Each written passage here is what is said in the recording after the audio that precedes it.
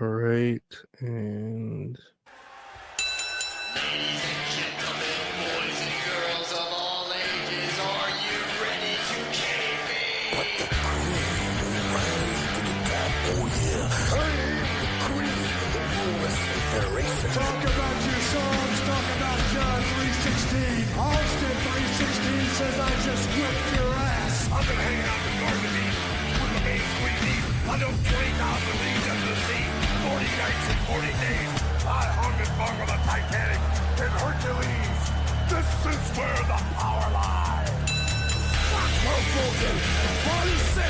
How many WBC armies? Sold out Madison Square Garden. Todd Forest. Foxville, Terrango, German. Fuck all of you. You know, poor people who don't like AEW. That's all kayfabe. hey everyone, welcome to the episode of That's All Kayfabe, the show where we talk about 10% random stuff and 90% wrestling. I'm pretty sure we've done the math. That is a good description. More or less. I'm here. I'm Lorenzo, and I'm here with my buddy Gabe. How you doing, Gabe? I'm doing good, man. Just an emotional ass weekend, but I am here. I'm breathing. I think I'm okay. Hey, man, that's all that matters. That your mind thinks it's okay. You know what I mean? Yeah, it'll be all right, man. I know we were just discussing it, but like the current place where I'm working at, there's a bunch of layoffs that just happened this past weekend.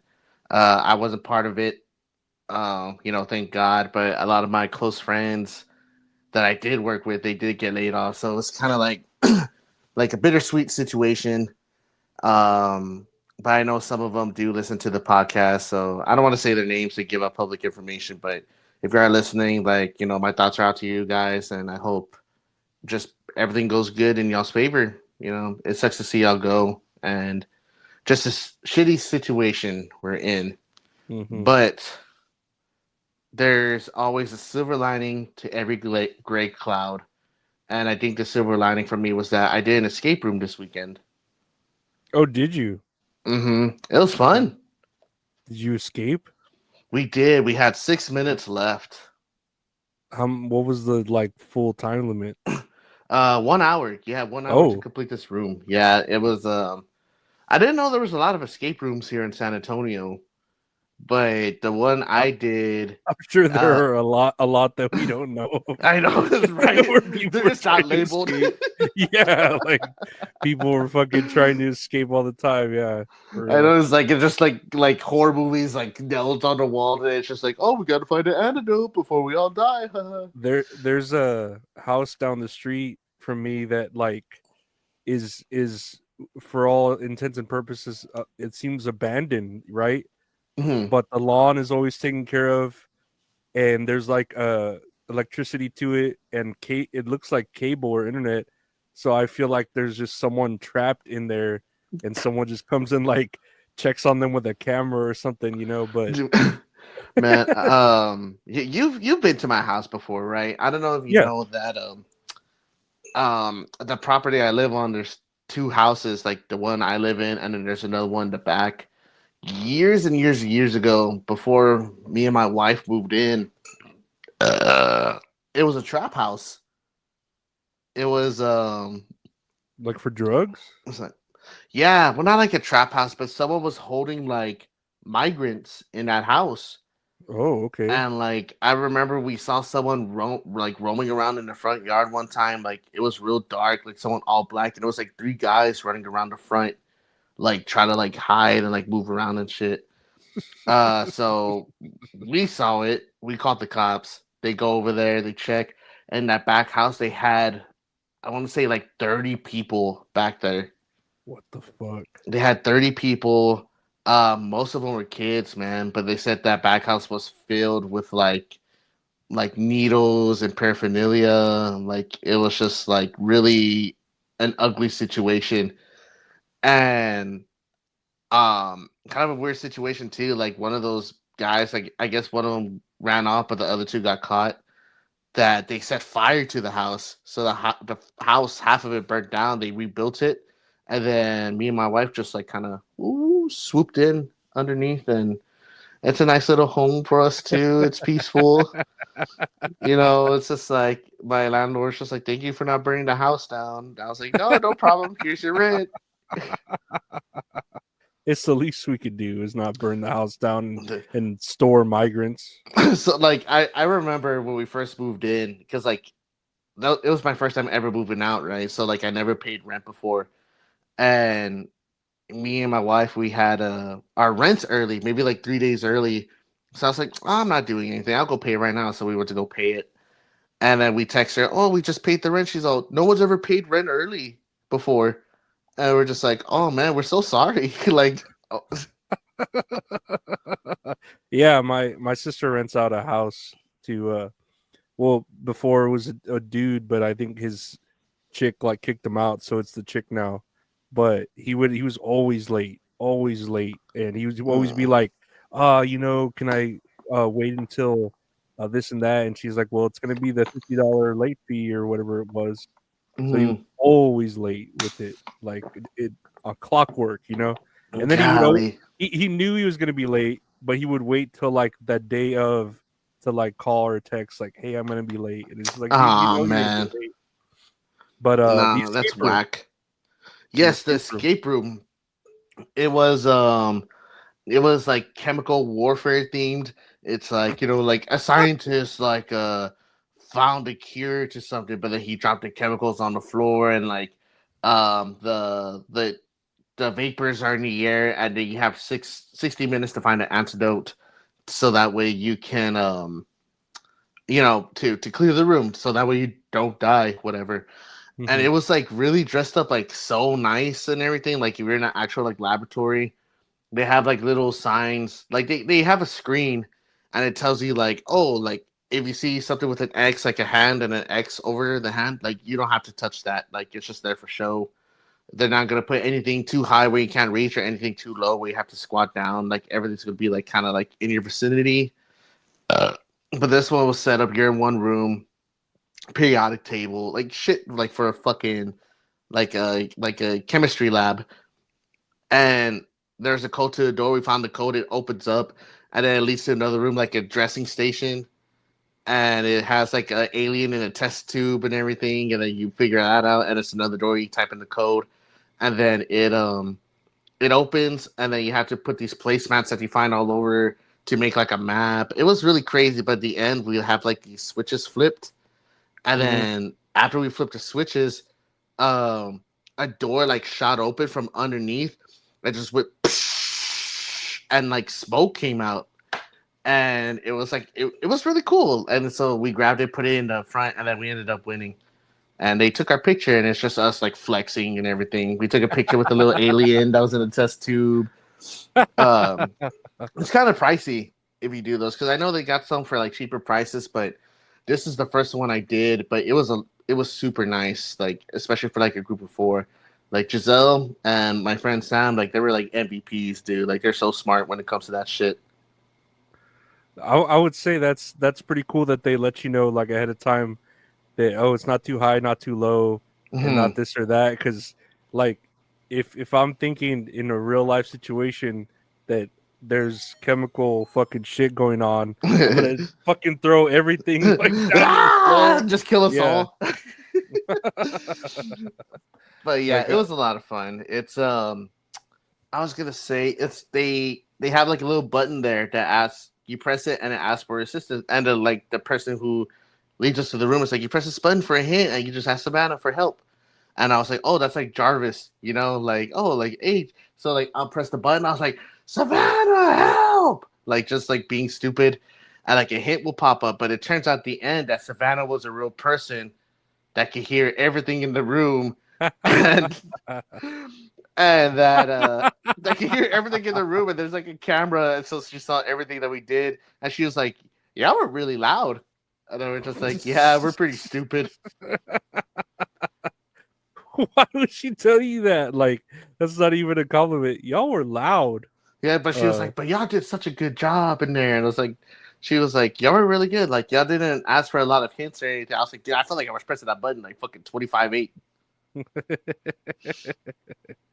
But no, that was the week, and We'll see you on next episode. yeah. Did you watch any wrestling this week besides the fears you were going through and the escape rooms and fucking other fears?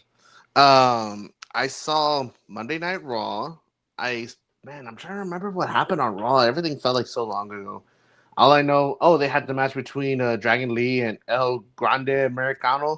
I And love that coffee. dude, and then it's a coffee, dude. Oh my god, that's great, man. I didn't even think of that. And then I saw what happened in the main event between Braun Breaker and Penta, disqualification. It's like, man, really, we're gonna do stuff with the Judgment Day again? I guess. Is this really gonna be closing off the show? I don't know. Mm-hmm. But I tried watching AEW this past week, but for some reason on Max, it didn't have the newest episode up yet. So I just watched last week's episode, which is the one with the spot with John Moxley and the nails and stuff. So I saw that in HD. And God, man, that shit looked nasty. Something that you needed to see in HD 4K or whatever. Dude, it needed to be replayed. Oh my god, it's making me wince. Just in 4K, zoomed in, pulling on a skin, blood everywhere. Yeah, pulling it out, and then when they pull it out, there's like holes. Dude, holes in his skin. I saw parts of SmackDown. I didn't get to see all of it, but I think SmackDown was kind of like okay. I saw the highlights with CM Punk, Roman Reigns, and Seth Rollins. So that's gonna be cool. Just fuck the the winners of the Royal Rumble, right? Because they don't main event anymore. That's the whole thing.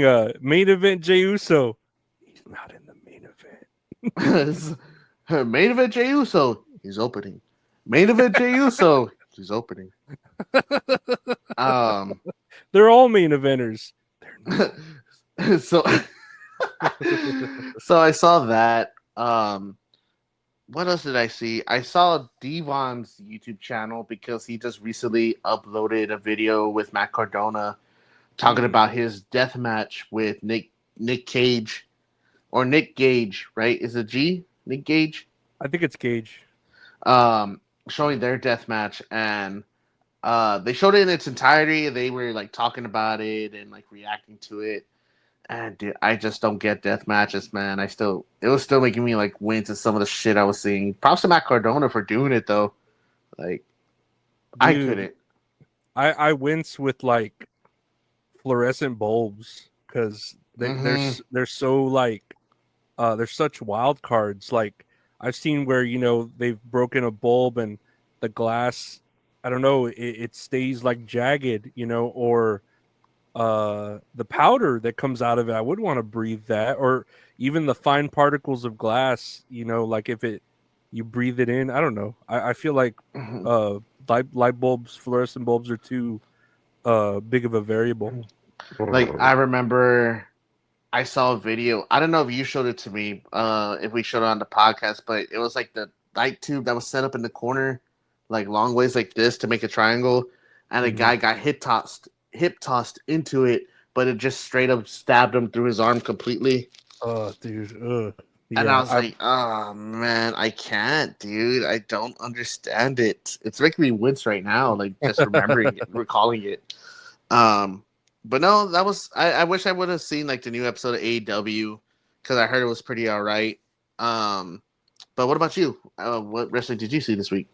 So I did watch. Well, I wrote down because I'll forget. I didn't watch Raw, but I listened to it because I was cooking a eggplant parmesan in the crock pot.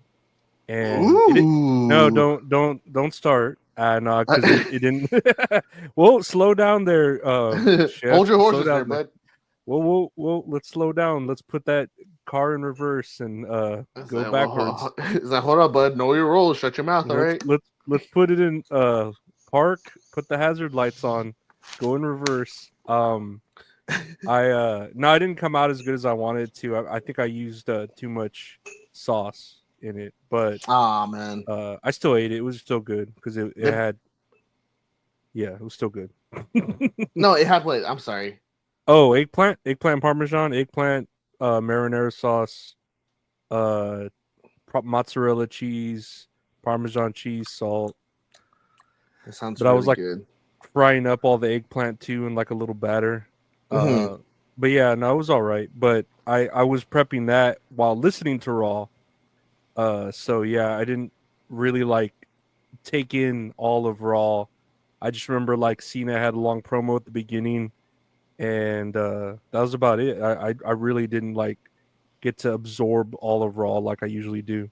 Hmm. Um, yeah, no, and then NXT. Stephanie Vodka had won both her matches that she was scheduled for, Hmm. so it was pretty cool. And I saw this being talked about that what's her name? Mandy Rose, right? Is that Mandy Rose? Yeah. Mandy Sachs.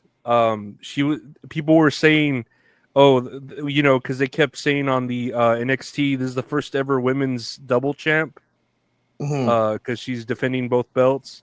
But people are saying, oh, what about Mandy Rose? But they have a fucking editor's note here or whatever that Yeah, it was uh, unified, right? yeah. So like it was just this big argument, on the fucking Twitter Hmm. about no, she actually unified the belts. That's not the same as being a double champ and defending both belts. And I was Hmm. like, in my head, I was all, whoa, let's simmer down here. Like this. Whoa, man, just take it easy. I was like, geez, dude, this has to be a big argument, but um, I don't know. Do you remember Mandy Rose? Was she a good wrestler? She was hot. Okay, that's all that matters. Nah. She was okay. She was good. Um, but I think it just sucked because the way that she got let go from the company at the time, because she was NXT Women's Champion for a very long time, and she lost it to Roxanne Perez. And then the next week they released Mandy Rose, but that was because they found like she had that account like through her like it's like Fansly OnlyFans account, whatever. Like she'll Nice. post like her dude, and then like she'll rate like dick sizes and stuff like that, or like like dudes who said it. Like she made a lot of money off of that like afterwards. But I like I once could they found out, never, I could never send a picture of my penis to someone. I feel like there's too much collateral, like with that. I know, it's just but so they let her go because of that. But I think it just became like water under the bridge. So it just sucks because that's just like forgotten in history, like her reign in NXT. But she was doing a lot better, like as far as like wrestling wise, performing wise. But lately, with all the stuff that I've been hearing about her, like when she's complaining about like Vodka or she's complaining about Tiffany Stratton, like just kind of like minute stuff. I don't know if it's like to get her name out or like she's actually literally upset about it. It's really weird. I think people tweet about it to her, and then she like tries to ride that same wave of like people like, oh, you were actually the first, like her real like fanboy bullshits. Oh, you were the one who was double NXT. Oh, you were the one who said put respect on my name, and it's just like, Mm-hmm. I mean, I don't think she invented that, but uh, I think she's just trying to ride that wave of like, oh, it's kind of like trending. Might Mm-hmm. as well, try to fucking get my name out there. Hey, here's my fansly or whatever the fuck. Yeah, and it all falls on the fans too. It's just let bygones be bygones. It's like me, I don't care. It is what it is. Like people are gonna complain about shit, but it's more cringy when wrestling fans are actually um actually Well, so but there's some that are like so dedicated to that one person, right? Like there's fans that only believe that Mandy Rose is like the best, mm-hmm. and no will not argue with you about it at all. It's like arguing with a wall, but they're gonna fucking take her side no matter what, and it's just like you got to be more open. Like, but that's just what they're simps. As the kids say. I think so. Um, Dark Side of the Ring premiered this week, Ooh, and what it was the was first about episode? Hell in the Cell. the Mankind versus the Undertaker, and I wrote here that it really told it through the eyes of Mick Foley and how he wanted so badly to impress the fans and give them their money's worth. Mhm. And going off of that, it was the second Hell in the Cell, because the first one was that match with Shawn Michaels and Undertaker, and how great that was. He was like, well, how do I fucking outdo it? And so it was just really emotional, because it was him saying, I did it. His kids were like really young, so they were kind of traumatized by it, but they don't, really recall it, especially they had his daughter on there and his son like talking about it, and his wife too.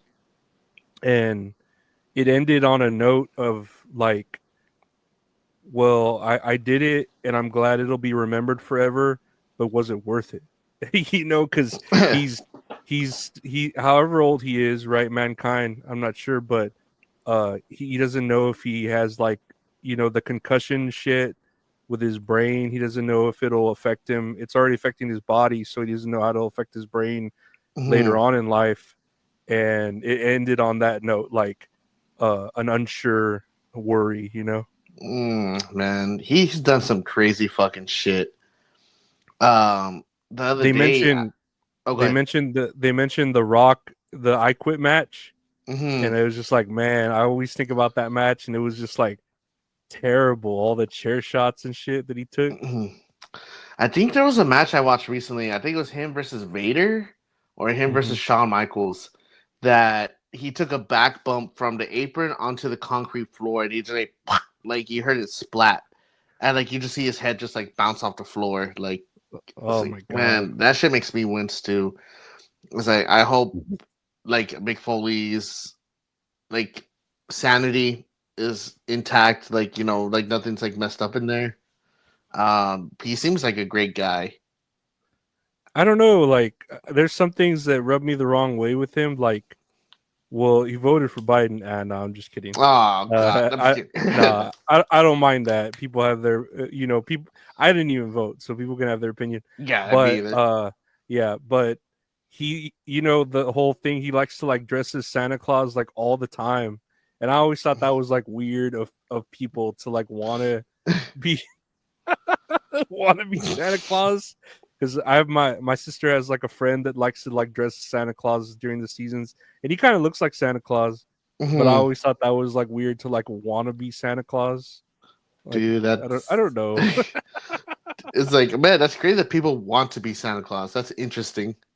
Yeah, I mean, I get it. There has to be people out there that want to be Santa Claus, so we could have Santa Claus people out there, in the world, and it's commendable. It's like, oh, I appreciate it, but it's weird to know personally someone that's like, oh man, I can't wait to dress as Santa this season, and it's just like, It's April. okay. We're in April. I know it can't get any sooner. I've already got my costume picked out or whatever. I don't know. Oh man, that's fucking funny.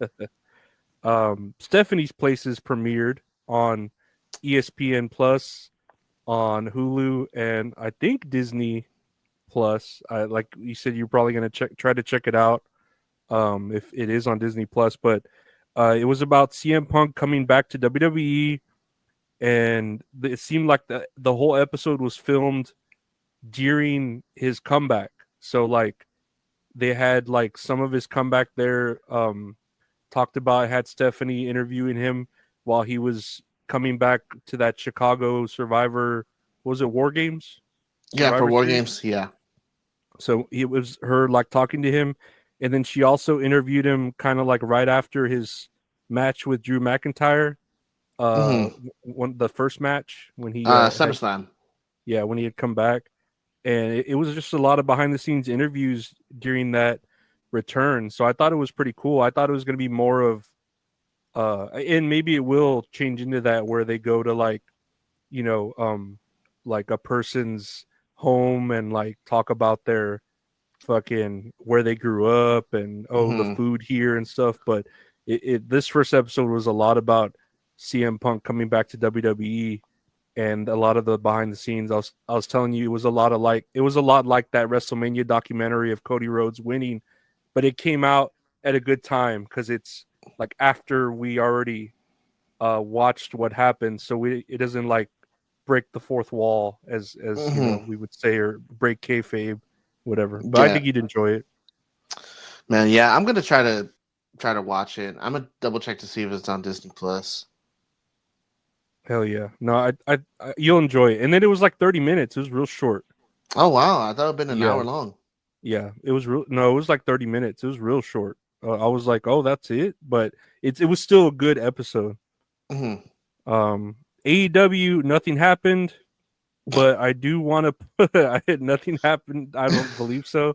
But I do want to point out that they've been pushing the Minecraft movie on here on AEW and on WWE. They've been having like ads for Minecraft, and I was going to ask you, do you think our age or the age demographic is the right age demographic for the Minecraft movie?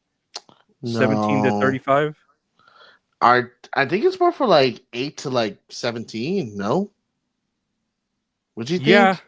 I mean, I don't know. It's like because I have coworkers. He's like 34. He's like, oh, I'm gonna see the Minecraft movie, and I'm like, well, that's good for you, bud. I'm proud of you. I'm not like. I mean, I'll still play it like once in a while because it'll be like my zen. Like if I'm playing a game that pisses me off, I can just go to Minecraft and just like chill out and do something else. I the way the movie looks, it looks shitty. It looks bad. I don't think I'm gonna watch it. I hope it's good for the sake that, you know, I hate that people, what's the word? I hate when people shit on things nowadays, like just to shit on them, you know, like that. I mean, yeah, we talk about AEW, we talk about WWE, we shit on, but we also praise it a lot too. And I feel like with movies, everything comes like the Snow White movie when it came out, everyone was like, "Oh, this is shit," and it's just like, dude, it's made for kids. Like, you know, like why are you a 45-year-old woman or a fucking 36-year-old dude talking shit about a movie made for kids? It's Snow White, you know. It's like it kind of reminds me of the same thing with like the Mario movie, when the Super Mario Brothers movie, the new one that just came out. That when they found out it was Chris Pratt voicing Mario, and like everyone just started shitting on it, and we watched the movie, and I'm like, man, this movie's actually really good. Like I'm enjoying this. Yeah, it was really really good.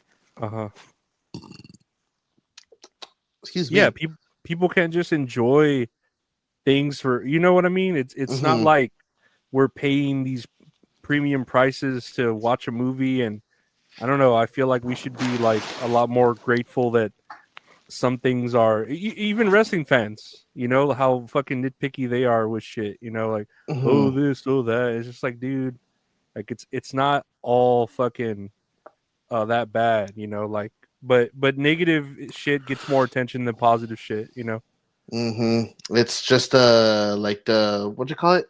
Like engaging farming. Like that's really what it is. That's what people want. Like the notoriety, someone to notice them. I guess it's like a whole science behind it, but it's kind of more sad than anything else. But I wanted to show this clip here, this TikTok I found of the Minecraft movie in a nutshell, I guess. All right. Steel, chicken jockey. I am Steve. Flint and Steel. This is a Flint and Steel. Chicken jockey. I've been placing blocks and shit. Flint and Steel. This is a crafting table. And playing fucking Minecraft. Clinton, don't steal. Chicken. That is an ender pearl. I've been breaking rocks and shit. Flint and Steel. I playing fucking Minecraft. I am the Dragon Warrior. Skadoosh. Flint and Steel. Water bucket. Chicken jockey. Flint and Steel. The Nether. Steve. Release. I am crafting table. I am Flint and Steve. Chicken jockey. That is a chicken jockey. This is a chicken jockey. Flint. Don't steal. Flint and Steel. Like throwing suits. Chicken jockey. Yeah, I thought that was funny. Oh my god! I See, was all. why do we even need to see the movie? We just saw it right here. Oh my I was god! like, that is completely what the movie's gonna be. Is just Jack Black going, he went up, do she went up, you know, Flint like and steel, flint and steel, chicken jockey. the Dragon Warrior. uh, no. Next year, I wanted to talk about Saraya put out a podcast called Rule Breakers. And Yes. yeah, I listened to it. It was all right. It's more of a watch than a listen because I was trying to listen to it and she was doing a lot of stuff that I feel like you had to watch. I think the first episode was her talking about, and we'll talk about it. Her book Hell in Boots just came out too. Oh, okay. Yeah, which I bought on audiobook because I had a credit on my Audible credit. Is it her that's doing like the reading? Mm-hmm. That's cool. Hell yeah, man. Yeah, that's pretty cool. But wanted to talk about it real quick on here, or not real quick, but that she announced on her Rule Breakers podcast that she has departed AEW. Oh, and I do not have it on the screen. Here we go. She has departed AEW. What do you think about this? About her leaving AEW? I think from what I understand, she said it was on mutual terms. Like there's no like bad blood or anything, which is good, man, because that's what you really want to hear. A lot of the times you hear like a lot of the wrestlers go on podcasts and shit on the other company and stuff. Like, oh, like they let me go, but it's like I've done my best over here, and vice versa. AB equals C. But it's just kind of like a nice breath of fresh air to hear, like, oh, everything was okay. Like I felt like I did what I needed to do over there, and it's just time for me to do different things. It's like, all right, that's cool, man. Maybe it's just like a change of scenery is like what she needed, you know? Yeah. Do you think though that she did all that she could have done? And like we look at her, I don't remember her run being anything special in AEW. And I don't know. I'm just kind of like, I mean, they weren't using her. I feel like they don't. I don't know. They don't know how to use people. All I Women. remember is that she was AEW champion or women's champion, and I think she lost it to Jamie Hayter. Did she lose it at Wembley? She won it at Wembley. Oh yeah, she did. Okay. The first All In Mm-hmm. that she won it over there. But I want to say eventually she lost it to Jamie Hayter, and then Jamie Hayter lost it to, was it Tony Storm? I think she lost it to Julia Hart. I don't think Julia Hart. I think Julia Hart was the TBS champion Maybe or TNT, whichever one it is. the I don't know which one. TBS. No, I think you're right. But I don't remember her reign as women's champion. Like I can't say there was like any notable matches that she had or the big moments just when she won in her home country, but I think that was just like a given.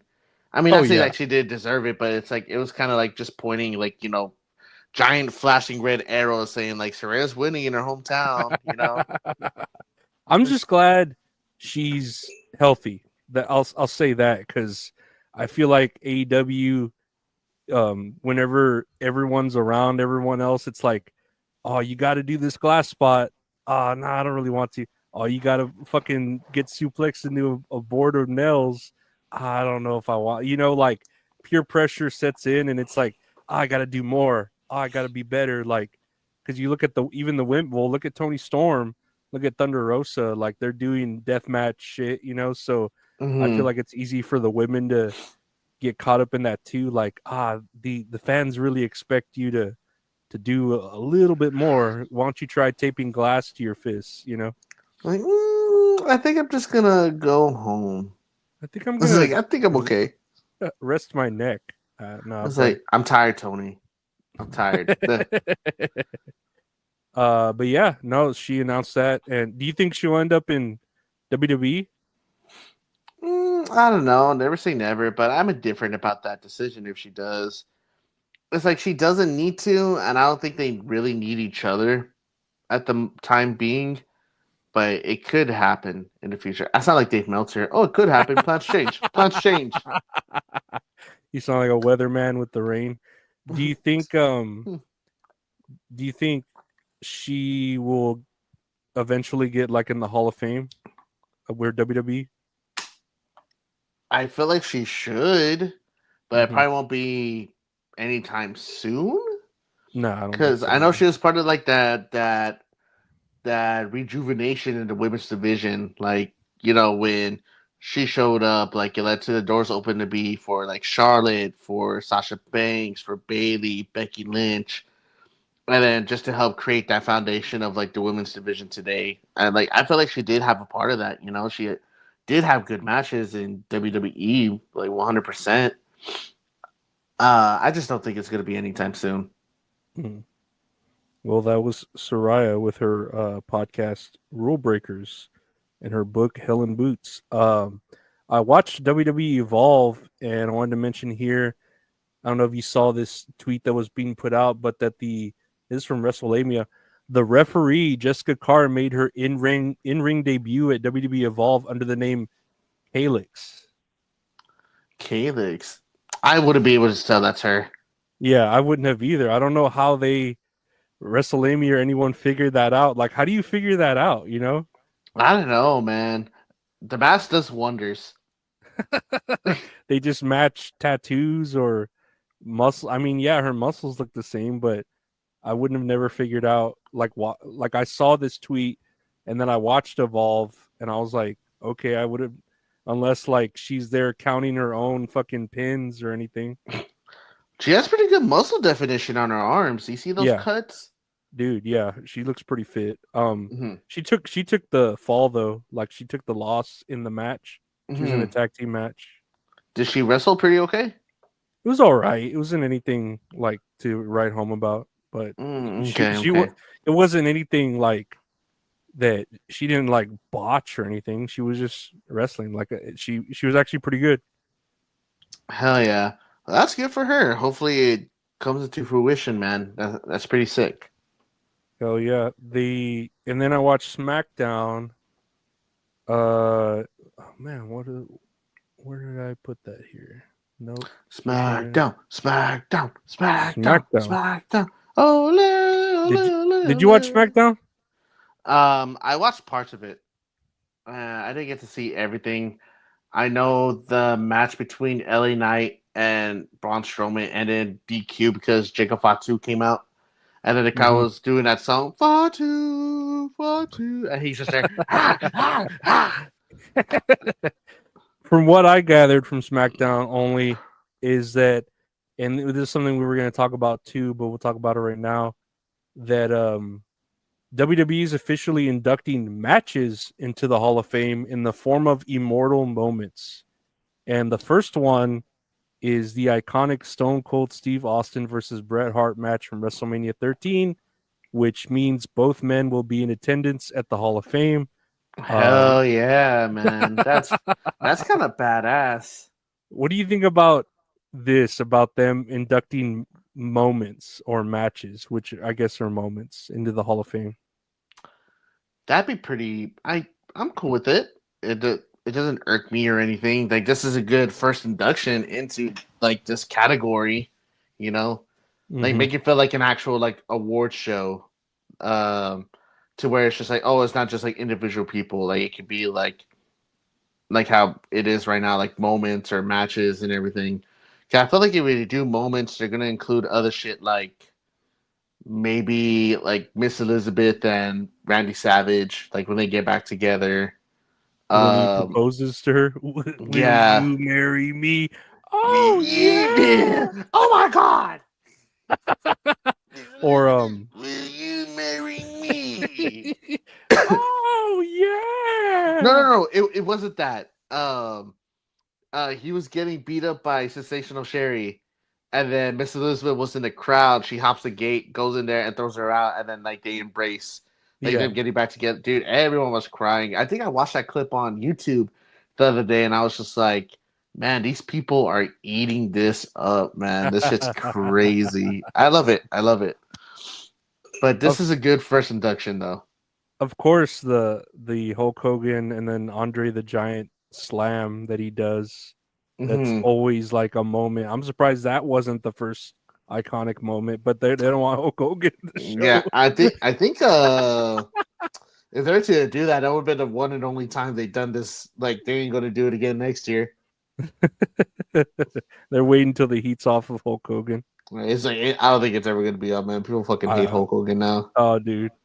But I don't know. I feel like this is a cheap way too to double dip, and because of course the Hall of Fame. I mean, who do you have? You have Triple H, which we see him all the time. So it's like, oh, at the Hall of Fame, we see him all the time.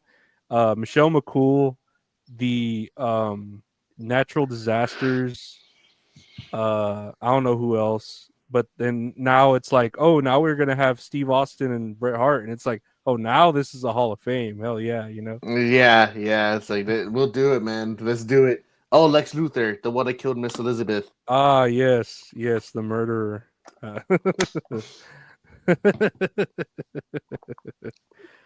But Ugh. yeah, I feel like this is a cheap way to double dip too. But I'm not against it when it's Steve Austin and Bret Hart. They're a great couple together. Have you seen this match like anytime recently? Not recently, but I remember like watching it again, and being like, man, this was a good match. And I saw the vignette for this when it showed like the explanation of the match, and it had Austin and Bret Hart talking about it, and how like, you know, it was the perfect example of a double turn where Austin was the heel and Bret Hart was the babyface, and they both turned the opposite throughout the whole match. You know, Austin became the babyface and Bret Hart became the heel, and how that was like the hardest thing to do, but Bret Hart was like the expert at it, and Austin was like, yeah, you know, Bret Hart can do anything. He was just talking great about Bret Hart, and he's all, without Bret Hart, there probably wouldn't be a Stone Cold Steve Austin. And it's just like, man. And I want to give credit because Ken Shamrock was a special guest referee, and I just love Ken Shamrock. I like when refs cut their sleeves off the shirt and they're just all and he's wearing the shorts, like the UFC shorts with the referee shirt. Yeah. Fucking, it's cool though. It gives something else to do, the Immortal Moments, so I'm cool with it. Hell yeah. As far as SmackDown, also Ray Phoenix will be on SmackDown next Friday. Let's go. What's that going to be in Chicago? I don't know if it's still in London. Cause I think they're coming back to the States, because I do know they announced a last man standing match between Jacob Fatu and Braun Strowman. Strowman. Mm-hmm. I like Braun Strowman now with this whole Jacob Fatu feud. I know. I just know Braun Strowman's hurting, like with his legs and everything. And dude, he's just fucking pushing through it. Like, hey, we're putting in a last man standing match. Okay, yeah, that's cool. Do I have to stand? It's like, that's the whole point. It's like, I mean, you don't have to, but just don't be first, all right? The last man standing match. Can I do it sitting down? Can I have a chair to like sit in to rest my knees? You have to get up in 10 seconds or I lose. Why? What? Like why is okay? So if I'm the last man, no, never mind. But I don't know. I don't know if they're coming back yet. I'll have to check on that, or to the States. But lastly here, and we were going to talk about it. Not lastly here, because I do have Collision. Let's see here. For SmackDown, the official main events for each night at WrestleMania 41 were confirmed on SmackDown.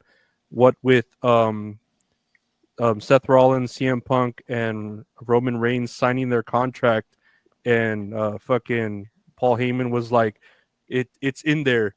You will main event WrestleMania." Oh yeah. Oh, so night one, and this is, I guess, this is assuming, but yeah, this is a safe assumption that night one is going to be Seth Rollins versus Roman Reigns versus CM Punk in a triple threat match, and night two will be Cody Rhodes versus John Cena for the title. But no.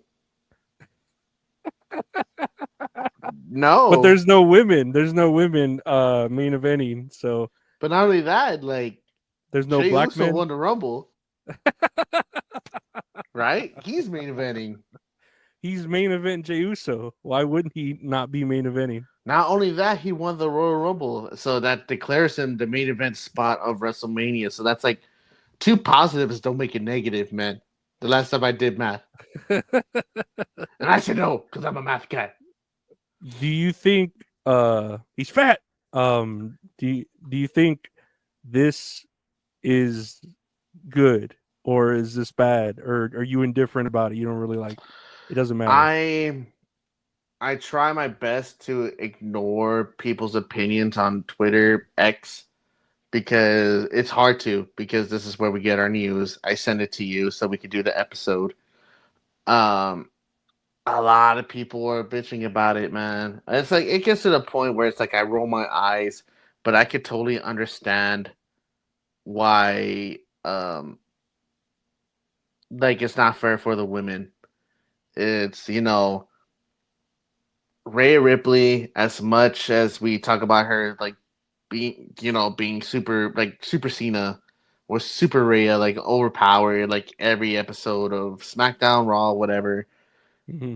There's more of a story between Rhea, Io, and Bianca for that to be a main event spot. Like, don't get me wrong, there's already the tension between CM Punk and Rollins, but they already did that like on the first episode of Raw on Netflix, and then they just did it recently with the steel cage match when Roman came back.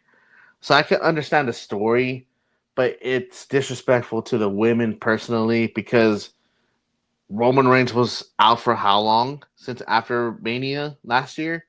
Mm-hmm. Comes back in SummerSlam, does a few things here and there. Because I don't even think he wrestles a match like on SmackDown or Raw, if I remember correctly, and just for him to be given the main event spot of night one. Like, that's where I'm like, that's not fair for the women.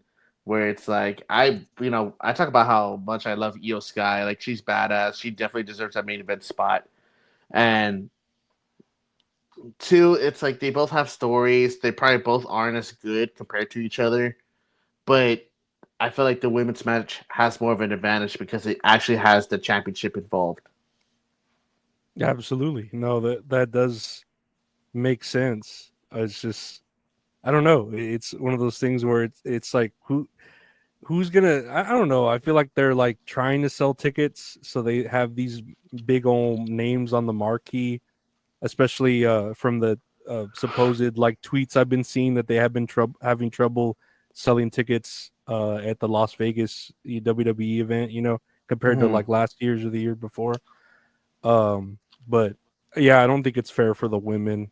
And then Jey Uso, yeah, I don't think it's fair either. But I don't know. It's just how do you put them on the card? Without I don't know how you. I would have put this Seth Rollins, Roman Reigns, CM Punk the second night, but right before Cody Rhodes and John Cena or something. To keep Or open that it, crowd have it hot. open. Yeah. Yeah, have it open for night one, But then again, it's like they already announced it's going to be the main event of night one. So it's like you can't go around it once you took your word back, Mm-hmm. They should stop announcing. If we're going to keep on doing it like this, me personally, I feel like they should stop announcing the Royal Rumble as you're going to have the main event spot of WrestleMania. They should just say you're going to fight the champion at WrestleMania. Mm-hmm. Simple as that, So it's like, and like they've done that for multiple years. Like I can think back to like 2012 when Sheamus won. Like, oh, he's going to the main event of WrestleMania. What happens? Him and Daniel Bryan open up WrestleMania 28, like the very first match. Alberto Del Rio wins in 2011 or 2010, 2011. I think it was 2011. He wins, fights Edge at WrestleMania, opening match. Asuka, she won. Mm-hmm. She won, and then again, like, you know, they were like the third or fourth match on the card. Like, it's stop saying they're gonna be the main event of WrestleMania. Just say they're gonna have a championship opportunity at WrestleMania, to where like people won't have such a big outburst like how like me and you were discussing, or like how Twitter has been handling it. You know? Well, yeah, Twitter's the worst too. Oh, With this it's shit. terrible. I'm sure they're going crazy with like, there's no black main eventers, and we said there's no women main eventers, and I don't know. I get it, right? Because these are the names people want to see on their fucking, on the marquee and all that for the night 1, night 2. But I'm like, that's not fair, yeah, to the people who, the women and the main event, or Jey Uso, right? I feel like he should main event. And they seem like they had all this confidence behind him, and he's not going to main event. It's fucked up, man. It really is. And I feel like we have 3 weeks until WrestleMania, because it's like the 19th and 20th. Mm-hmm. They only got 5 matches from what I know. They got these 2 here. They got the triple threat women's match. They got Tiffany Stratton and Charlotte Flair, and then they got Jey Uso and Gunther. Oh, 6, because they got Randy Orton and Kevin Owens. But And it's then like supposedly that Intercontinental match. oh yes, yeah. I don't know if you have that. Like, you know, Yeah, we'll talk about that it too. But it's I feel like at this point it's just gonna get rushed again, to where it's like, you know, you say, oh, like we plan stuff out by SummerSlam, but it's like, man, do you only plan out certain stories for SummerSlam? Like, you know, by SummerSlam? Like, I don't know, man. It's not fair. It's not fair to everybody else, because I feel like at this point they're gonna rush other matches, which, don't get me wrong, they'll probably be great matches, but it's like more multi-man matches, and is it gonna be like more singles matches that don't need to be on the card? Because at this point they should probably have like 12 matches, so they can have like 6 and 6, I guess. That sounds right. So they need another 6 matches. They can do it in 3 weeks, I guess. But I feel like they're going to do a ladder match, because they've been doing a ladder match like every year at this point. Well, I don't know. I mean, I'm still hyped for WrestleMania. It's just I'm always am, yeah. Yeah. It's always nice. I'm thinking about getting a Domino's stuffed crust pizza and just eating that. Ooh, I don't think Domino's does stuffed crust though. Now they do. They've been advertising. They've been advertising the shit out of it, and I'm like, man, I want to try it now, because I love stuffed crust, and this is the first time they're doing it. I'm like, man, I want to try it there. I love stuffed crust, man. But yeah, hopefully I get to have like a big get together with some friends, and like we all watch it together and stuff. Because they did that last year. It was a lot of fun. Super badass. Hell yeah. But I mean, we just gotta wait and see, man. Like I'm always excited for WrestleMania, but it's like the flaws are there and they're hard to like not ignore. No, absolutely. Yeah, we'll see. That's all we could do is just wait and see how these last couple of weeks form certain matches and see if they make sense. And if they don't, oh well, But I wonder if where the women's match, and I wonder where Jey Uso is going to fall on the card. Is it going to be first? Is it going to be second to last? It's co-main event, or whatever. Oh man, I thought I opened up Twitter for a second right there, man. It's the co-main event. That's still the same thing. Actually. And finally, on Collision, not very many things happened. I put here, Athena came out to confront Mercedes, and she got a huge pop from the audience. Jamie Hayter faced Billy Starks and beat her, but it was a good match. I saw highlights for that match. It looked pretty sick. Yeah, and Jamie Hayter's, both of them. I like Billy Starks too, but Jamie Hayter's fucking great. I wish, I don't know what's wrong with her. Like, is she made of glass? I don't know why they keep her off of TV, Just because I think she's not one of Tony's favorites. That's what I'm guessing. Oh my God, that fucking piece of shit. She's fucking great. She's beautiful. She got a nice butt. I don't know why he doesn't fucking... Like, why do you like Mercedes more than her? You know what I mean? Like, unless he's into that chocolate. CEO. They just do the dance together in the back, just like this. He's just all, "Can you do the dance for me?" And she's just doing. He's all, "Yeah, drink, yeah, yeah, yeah, yeah, yeah, yeah, yeah, yeah, yeah." And lastly, here the Owen Hart tournament bracket is to be announced on Wednesday, and whoever wins the Owen Hart championship or cup or whatever it is this year gets a title shot at what is it? The All In Texas. Ooh, yes, yeah. I'm So gonna try to go to that. I'm gonna try. man, you need to fucking get a severance package and use your whole severance to fucking buy tickets for that shit. You know, is that expensive too? I don't know. I I'm don't trying to think go with one of so. my. I'm gonna try to go with one of my friends, and then I tell them like, dude, I'll help pay for gas and everything. Like, no worries. No, I don't think it's that much, but I don't know. We'll see. I mean, that sounds fun though. Fucking uh an AEW live event, and then hopefully it's not all fucking empty in the stadium, you know. Yeah, if I do go, I'll take pictures and I'll send you pictures. Behind the scene, they're gonna be like, "Quit taking pictures of our shit." I was like, what do you mean? And it's like I'm actually backstage. Actually, like backstage. You're just wearing like a scarf, and they're just like, "Oh, MGF, yes." It's Hello." just one of those hats from like the 1920s, and it has a little paper sticking out. Says press.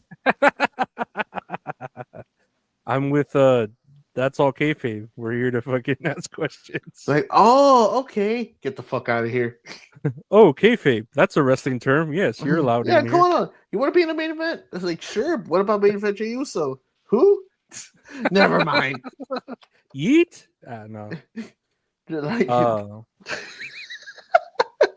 But that was all wrestling this week. We got news here. Let's see here the news. what we got? What we got? WWE is reportedly planning Braun Breaker versus Penta versus Finn Balor versus Dominic Mysterio at WrestleMania for the Intercontinental Championship. Penta versus Breaker ended in a DQ last night when the Judgment Day got involved. What do you think about a 4-way for the Intercontinental Championship? Yay.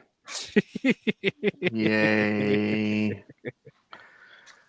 And I don't know. my biggest gripe about this is like, why are you gonna end it like it's the lead up to WrestleMania? You're really gonna end an episode of Raw, the road to WrestleMania with the Judgment Day. Like, and I hate sounding like that, dude, because I love Finn Balor, man. Like he's great. He's good. And but I feel like he deserves better at this point. I feel like it needs to happen to where the Judgment Day ends up breaking up. Because I know that's what's happening. Like, oh, like, what are you doing? You're fucking my matches up. Hey, whatever. But it's just not exciting. Like, there's other stuff happening that could be more time put to that. I just thought, because Dominic kept pushing that they needed a new member. I thought someone else was going to actually come in and then, cause that friction. And I wouldn't mind Dominic like kicking Finn Balor out, usurping him and being the leader of Judgment Day, because that's all Dominic is kind of really good at, is being like a whiny heel and having like a posse, So I wouldn't mind Dominic being the leader of Judgment Day, and then Finn Balor getting kicked out and doing his own thing. But I don't know. Like, I feel like, yeah, Penta versus Breaker would have been cool if they would have let the match go, and I wouldn't mind a Penta versus Breaker at fucking WrestleMania. Penta's doing great shit. Braun Breaker's fucking great. Dude, they were putting on a great match just for it to end in disqualification. I don't know, man. It's like what we just said. It's like more multi-man matches, I guess. Knowing them, it's probably going to be a ladder match. I don't know. I mean, I hate sounding so negative, but it's like everything is just like so flawed at the moment. It's like we were just talking about like Twitter, like how everyone complains, and here we are on a podcast talking about how everyone complains. We're complaining about everyone complaining.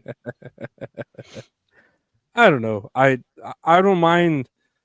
I don't mind 3-way matches. If you had to do like a fucking match, but a 4-way, and then like it's whoever pins one person wins. I feel like it should do like a 4-way elimination.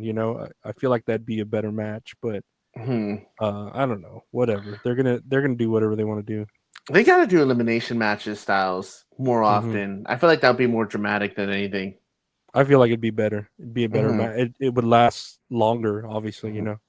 Well, they better announce this match soon, man. They only got 3 weeks.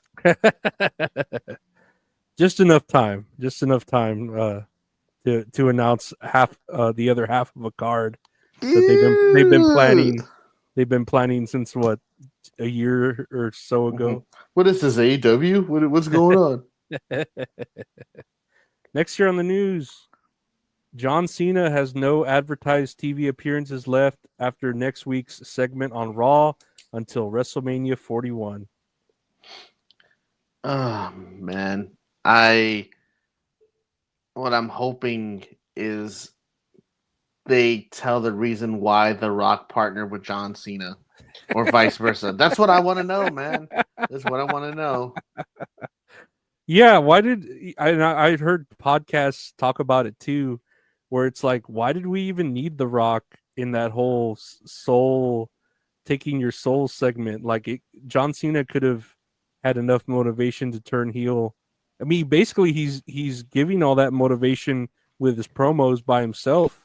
You know, he's not saying, "Oh, The Rock made me do it," or like saying I other did it for The shit. Rock. I did it for The Rock. He's basically, putting it all on himself, so why did they even need The Rock to fucking do this angle? I don't know, man. It's like I like his promos.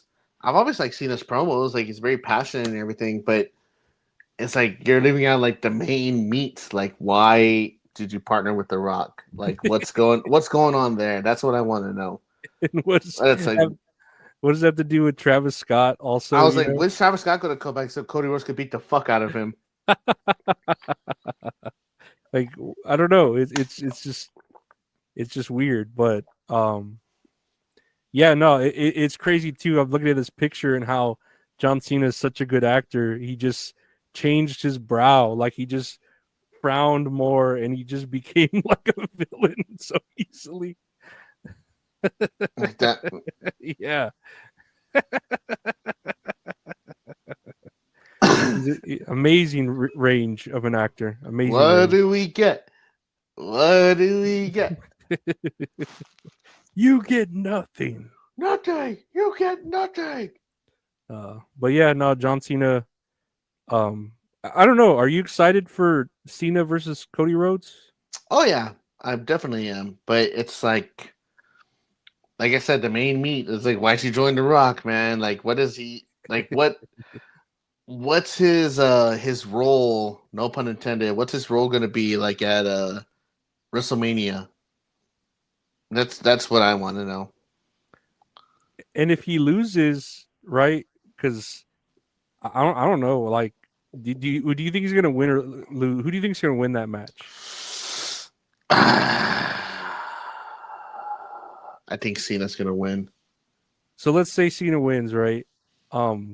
Okay, well that kind of plays out better as far as like, okay, him doing his farewell tour. But I was thinking more of like, what if he loses?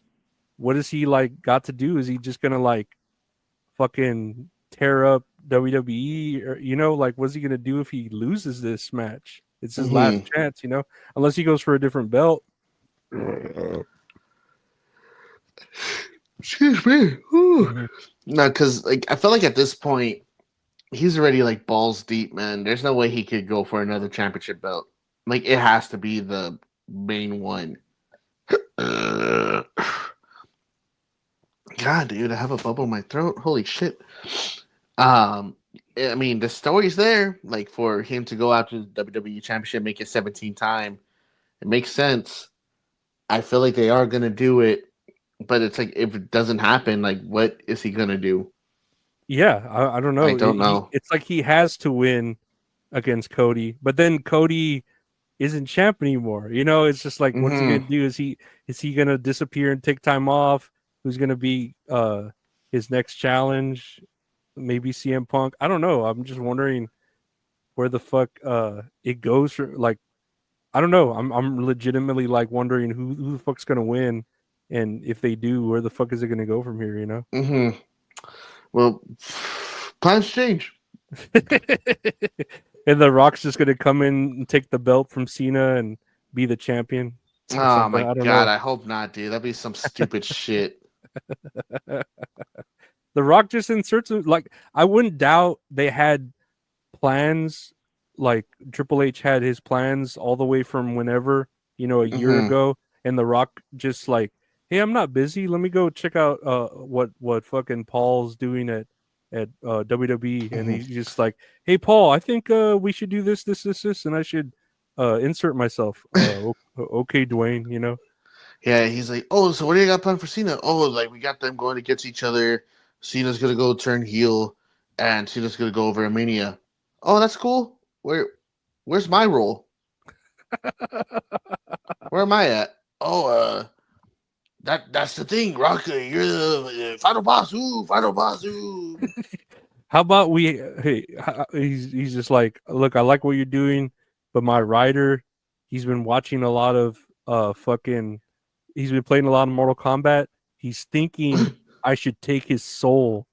He's like, okay. She's like, hmm? Did you know T1000 is coming out in Terminator? Yeah, I know. We've been watching it. Yes, it's downloaded. I have it. Yes, we have a game too. No, Mortal Kombat. That's the shit. I'll take your soul. It's like, yes, we play together. No, we don't. You got an Xbox. I got a PlayStation. Like, you can't cross platforms yet. What do you mean Uno doesn't come with your Xbox?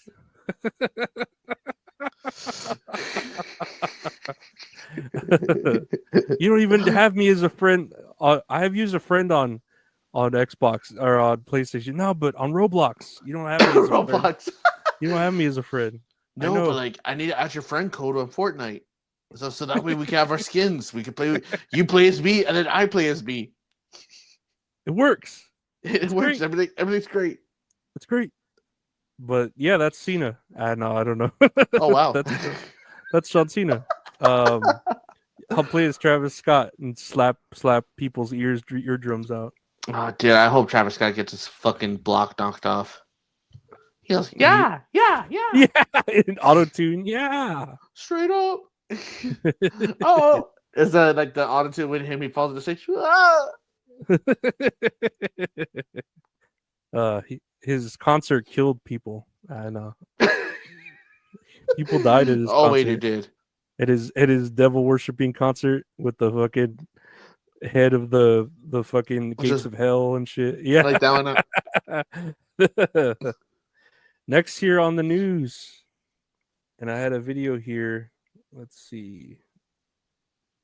Here's a video. I didn't send this to you, but I thought we'd look at it. Apparently this female is, I don't know if you could see it. Let me see if I could zoom in. Hold on.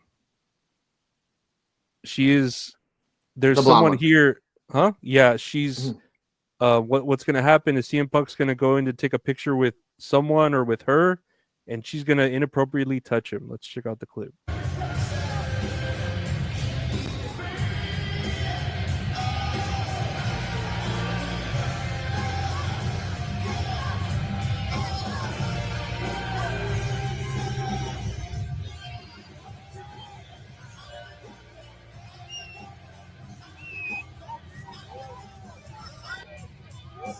And there's Cody Rhodes with the same girl.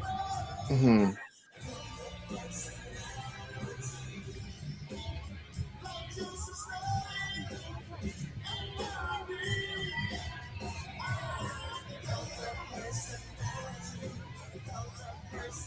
What the fuck? So yeah, I wanted to see this video and she's the OnlyFans model, right? I think I saw something on this on TikTok.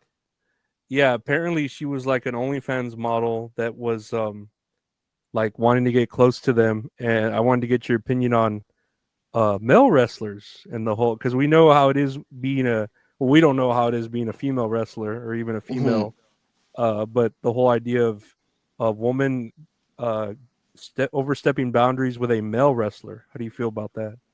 Harassment's harassment, man. Like, there's no like, how do you say? Harassment has no genders. But I know this like sounds stupid, but it's like it could literally like it could happen to anybody. Like that's not cool for her to be. Why is she putting her hands on them in the first place and like grabbing them by the neck? Like that's stupid. Yeah, she's being very. I don't know, like and Aggressive. that's the kind of stuff that won't even like you won't even see in a picture. You know what I mean? Like if she was to hold someone and grab them by the neck, all massaging or whatever, that won't show up in a picture. You know? Mm-hmm. Not or like even like grabbing them by the waist, like by the kidneys or the waist, like that's like a very like sensual manner. So it's like, hey, dude, like you need to calm down. And it's like you have to respect boundaries, dude. That's weird. But like the fucking CM Punk and Cody Rhodes, especially those two, right? Probably get touched so much by so many people. Fucking CM Punk is even crowd surfed into the audience, right? Mm-hmm. And for this to make him uncomfortable is like, what the fuck? Like she's got to be going out of her way to make him like, what the fuck, Dude, because that look aggressive. Like he's grabbing him like when if you're a parent, you're talking to your kid, you grab him by the neck, like, hey bud, like you gotta listen. You're like, you gotta pay attention here. Like that's an aggressive manner. It's like you're 40 something. Like if I'm gonna be a 40-something-year-old man, I want to be grabbed like that by a stranger. It's like, man, I'll swing. I'm not gonna lie, I'll swing at somebody if they're gonna grab me like that. I don't know. It's just weird that they get touched so much, and this made them uncomfortable. Like I just imagine, like, man, she must have been rowdy, touching them so awkwardly. Must have just felt weird. And so I'm assuming CM Punk told us something, but it looked like Cody Rhodes just like, hey, okay, that's it. He's going to. Yeah, it looks like there was like another camera angle, right? Let me see. Oh, this one, yes. Like he tells her something.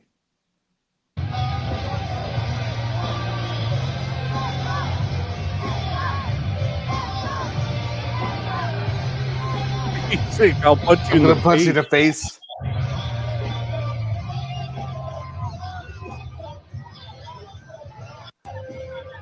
He looked all disappointed and like, Dude, no, that's annoying though to be grabbed like that, man. It's like, and like in the discussion we were having at first, it's like that's still harassment, dude. She should get charged for that shit. I'm tripping out at how like I said, they get touched so much by so many people, and for that to make them feel uncomfortable, it's got to be rowdy uncomfortable. Like, For sure, man. She had to like go out of her way, and then I don't know how they know. I don't know. I'm sure she shared on her socials, or they found out right the internet that she was an OnlyFans model, supposedly, right? But I don't know if it showed on her shirt or something. Maybe she was advertising herself, so he already knew, like, hey, I already know what you're up to. Don't fucking touch me, Man, that's not cool, man. It's like it reminds me of like when I go to like Comic Cons or like you see Comic Con pictures, like meet and greets, and like people have like the hip, like hand around the waist or anything like that. It's like, dude, that's not cool, whatever. So it's like if it reminds me, like years ago, I went to Comic Con here, and I met Lita, like to go take a picture with Lita and everything. Like, oh, cool, let's grab a picture, and then she puts her hand like not like around my waist, but like above my kidney, kind of like by the stomach. So I'm just like, okay, I put my arm around her, like her shoulder, but I'm doing like the a little hover hand, like, kind of like barely touching her, because I'm still like being respectful. And it's like, I'm not trying to make them uncomfortable, Yeah, and you ask permission. You don't just assume, Like with and then when I went to go meet Britt Baker this last year at Comic Con, like we just did like shoulder to shoulder, and then she like did like the picture like this, kind of smiling. I just did like the thumbs up like this, or like the just this. Illuminati. And yes, there you go, Illuminati. Yeah, with like this triangle or something. The diamond. But it's like even then, I never put my arm around her because it's like like they're busy. I'm not trying to make them uncomfortable.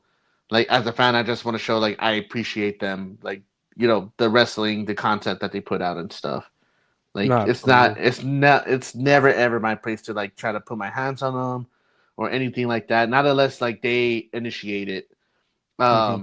Cody Rhodes. When I met Cody Rhodes, he signed my friend's toy and everything, and he was talking to us. He's like, "Oh, thank you guys for everything," and he initiated the fist bump. Like he stuck his hand out for a fist bump, and I bumped his fist. I'm like, "Oh my god, I'm never washing this hand ever again." I was wondering why you quit making your seafood. Hey man, you just see me with the black glove over this one. It's just your hand is just completely black from not washing it. But yeah, dude, that's not cool. Don't be doing that. It's not cool. No, it's too much. It's too much. But speaking of too much, and this is something I didn't talk to you about either. Here are the speaking of also your meeting people, here are the meet and greet prices. The meet and greet prices for WrestleMania. Bianca Belair meet and greet $299.99. Rey Mysterio and Charlotte Flair meet and greet $499. Braun Breaker and Liv Morgan meet and greet $499. Jimmy Uso and Jey Uso $599. Damian Priest and Tiffany Stratton $499. God, dude. Which one would you pick out of all these? A shotgun to my fucking face. That would still cost you I don't know, maybe $200-$300 a shotgun. I don't know, man, but hey, at least it's a one and done, you know. Yeah, that's true. That's supposedly. Who would I want to meet? I don't know. Maybe the Usos, but it's like I'm not gonna pay that much to meet the Usos, man. What about you? I think I would do I think I would do Rey Mysterio and Charlotte Flair. You know what? Yeah, I was thinking, man. So why are the Usos more expensive than Rey Mysterio? And I Charlotte don't Flair? know. They're legends, Rey Mysterio and Charlotte Flair. Like these are such weird pairings, and I'm like, why are the Usos more expensive? Like $100 more than Rey Mysterio and Charlotte Flair. Rey Mysterio is a legend. Charlotte Flair is pretty much a legend already. But then I was thinking like Braun Breaker and Liv Morgan too, because Liv Morgan's hot, and it looks like she looks like she'd let me put my arm around her. Like she'd be cool with it. I don't know. Nah, I wouldn't do that. No, I still wouldn't do that. Braun Breaker'd be fucking. I wouldn't mind fucking taking a spear. No, it'd be cool to meet him. Braun Breaker, he takes one of those prom pictures with you. He's standing behind you, holding your hip. God, this is so expensive, man. Yeah, ridiculous. This is criminal for families that want to go to WrestleMania. Dude, to have this much expendable, I wish I had this much expendable income. No, dude, it's like literally it's becoming like the UFC where it's like overpriced ticketing and like crazy marketing and stuff like that. I mean, it's good for their business, but it's not fair for families, you know? Like kids love wrestling. It's like, why are you only pertaining to the adults, you know, that have expendable income? It's like, dude, I'm not gonna drop $20,000 just for one night of WrestleMania. I'm not. No. And it's like to spend like what if you're going to WrestleMania, like you have a family of 4, you're gonna spend like $3,500 on 4 tickets, and more than likely it's gonna be nosebleeds. So you're gonna be far as fuck from the ring. And that doesn't include like the food, the drinks, the merchandising. It doesn't include any of that. Just for like some millionaire or like, you know, someone that I know, like to be up close and personal with everybody else. Like that's not fair.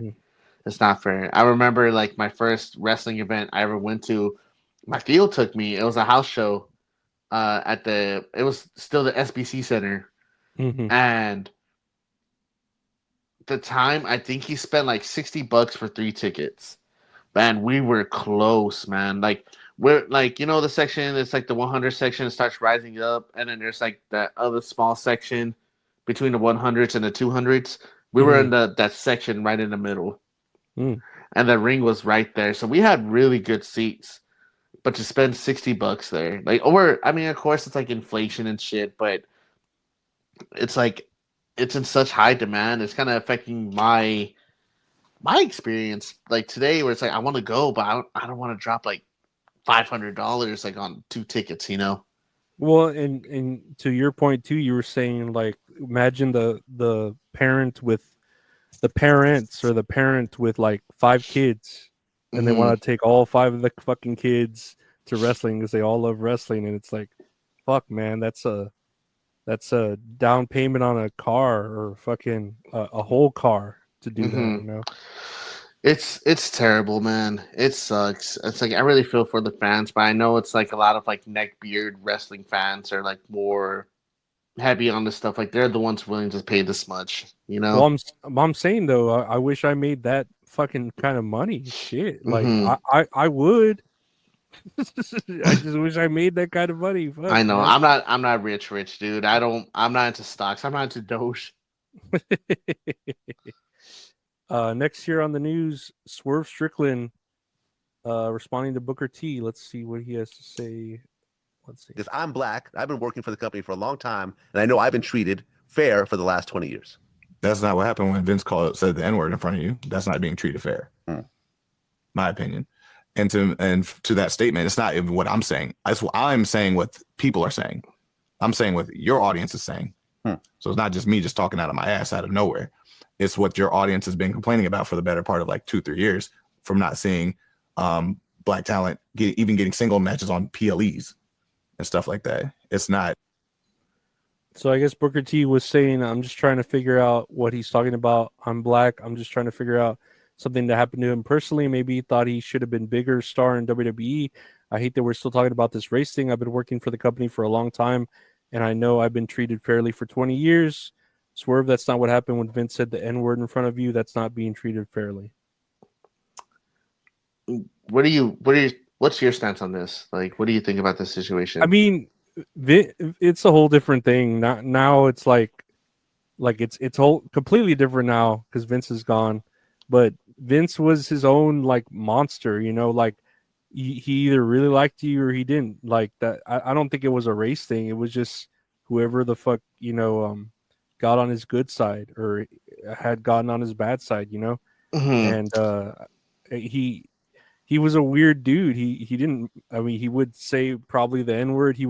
The shit he would do with women, but then he would like, you know, he would treat women terribly, like we hear allegedly on the fucking you know, sexual harassment side, but then he would help Sonya Deville and give her 24-hour around the clock security for, you know, months, you know, for like a month, you know. So it's just like what side what's, you know, he's obviously got 2 personalities, you know. I do feel like race has to be a part of it.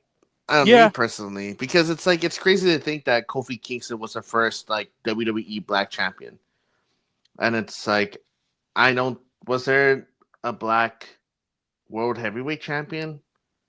I know Ron Simmons was a champion like years ago, but I can't recall what champion he was. But like even then, that's such a big gap. Oh well, Booker T, he was WWE champion. I'm sorry, he was world heavyweight champion. I apologize, but I kind of see where Swerve is going with this. It's like, you know, it's a different time, and how you say Vince McMahon, he's his own monster. It's like maybe that didn't affect Booker T when Vince said the N-word. Maybe it did. I felt like it would because, you know, feels like that's super disrespectful for him to say that like to his face.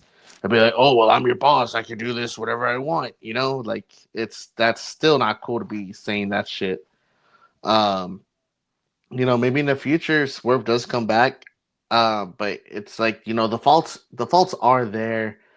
It's like, you know, people saying Triple H is racist. I don't think Triple H is racist, but it's just that he's having a tough time trying to book people of color as far as like certain positions in the company or like just on the card, where it's like, you know, the Street Profits, like they're tag team champions, but it's like, I mean, like just recently they just got put as tag team champions. Or New Day, they had one of the best segments last year, and then like they're barely getting used.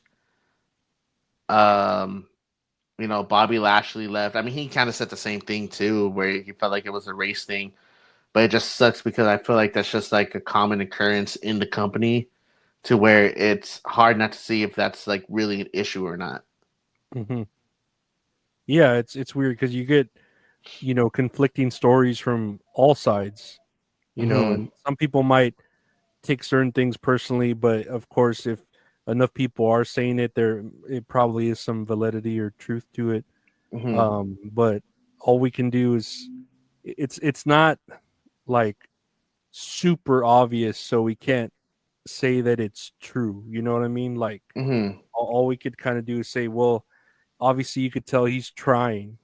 Triple H, if he really, he seems like he's trying. Yeah, we don't have at this WrestleMania women or main eventing or black people main eventing, but obviously he's just trying to put on the best show, I imagine, or make sense with the card.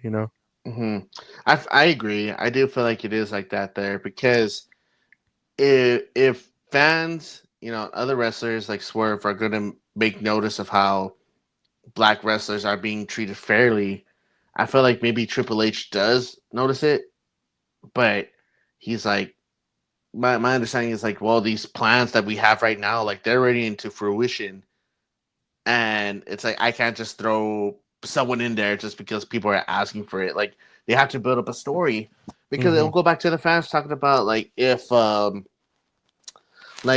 New Day was put in a main event spot, like in a PLE, like at the next PLE, they're like, man, like what have they done in the past month or two, and fans are still going to complain about that. And it's like, there's no people, there's no winning or anything, and it's just a double-edged sword that Triple H has to play with. It's different times because Vince is gone, and it's just weird, like Booker T saying like, oh, like, I don't know what his problem is, and Swerve's like, no, I know exactly what my problem is. It's like, I'm not being treated fairly, and it's like, you're not being treated fairly either, like. But then again, Booker T's kind of like delusional in a sense, Yeah, he's a different person. He doesn't seem like he lets stuff like that get to him, because he just seems grateful that he's working. Yeah, and it's like, different times, man. It's like, it's a lot more woke. I don't want to say woke like in a negative way, but it's like Swerve knows his value, and he's not gonna let a racially motivated situation like to him to be like to just ignore it. Like he's gonna say something about it. He noticed it, and he's like, okay, well, I'm not gonna be here anymore. Like I don't want to be part of this. And it's like he knows his self-worth, and it's like it's like telling an older person that's already used to the ways, like you got to know your self-worth too as well. But Booker T's already been there for so long, like he's just like, oh, it is what it is. Yeah, he's already used to. He pretty much grew up with the whole concept of racism being like super obvious, to where it's like, I don't mind if that's just, it is what it is, basically to him. It sucks, man. I really like Swerve, but it's good that he understands his value. I'm glad he knows what his value is. I mean, he's badass. I like him in AEW. Like I've said before, I had no idea of his existence in NXT or WWE. So yeah, I like the stuff he's doing in WWE or AEW. Yeah, me too. Speaking of that, Swerve Strickland. Let's see. During the interview, we'll listen to another bit of the interview with him and DJ Vlad. Bullshit around the PC was like when I was there for like 3 or 4 months, and I got called to do 205 Live against Drew Gulak, who had the Cruiserweight Championship. 205 Live is a show that takes place after SmackDown. So after SmackDown, you see the Roman Reigns, you see all these big names. They had the boom, boom, boom, boom clash SmackDown main events, and they close off SmackDown. Then they do like another show for the extra content on the WWE Network at the time. And it was 3 matches they had, and we were the last one. So we had to go last on that night in Miami after you've seen all the stars. And it was me and Drew Gulak. We went 18 minutes in the ring straight for the Cruiserweight Championship. Everybody's on their feet, going crazy. I have Swerve's house signs, like going after Roman. I have Swerve's house signs. They're not chanting, "This is awesome." They're chanting, "Let's go Swerve." They're actually rooting for me to win this title. I ended up losing to Drew Gulak. Got great praise in the back coming afterwards. Charlotte, Bailey, Kofi, like all giving me crazy, like Samoa Joe. Everybody's giving me crazy praise. I come back to the PC and they're trying to teach you arm drags again. I'm like, get the fuck out of here with that. They're trying to tell me how to entertain 400 people in NXT when I just entertained 6,000 in the stadium. I'm like, why are you trying to backtrack me? Because I already showcased what I can do in front of 6,000, which is, well, mind you, that's the end game to all this, right? The end game is to get me there of what this product is, right? That's like you don't bring the guy from the G League, he drops. So that's pretty much what he said. What do you think about him saying that? Oh, he didn't want to like go to the PC after he's already like kind of performed at a certain level that he feels like is above it, NXT, It makes sense to an extent, because it's like, if you're a known name in like the independent scene and you've been doing it for years and years and years already, like, why do you have to go relearn an arm drag? I would understand if like you go sign an application and be like, oh, well, like, I've never done wrestling before, but I want to learn how to do it. Then that's when you need to go and learn like the basics of arm drags and everything.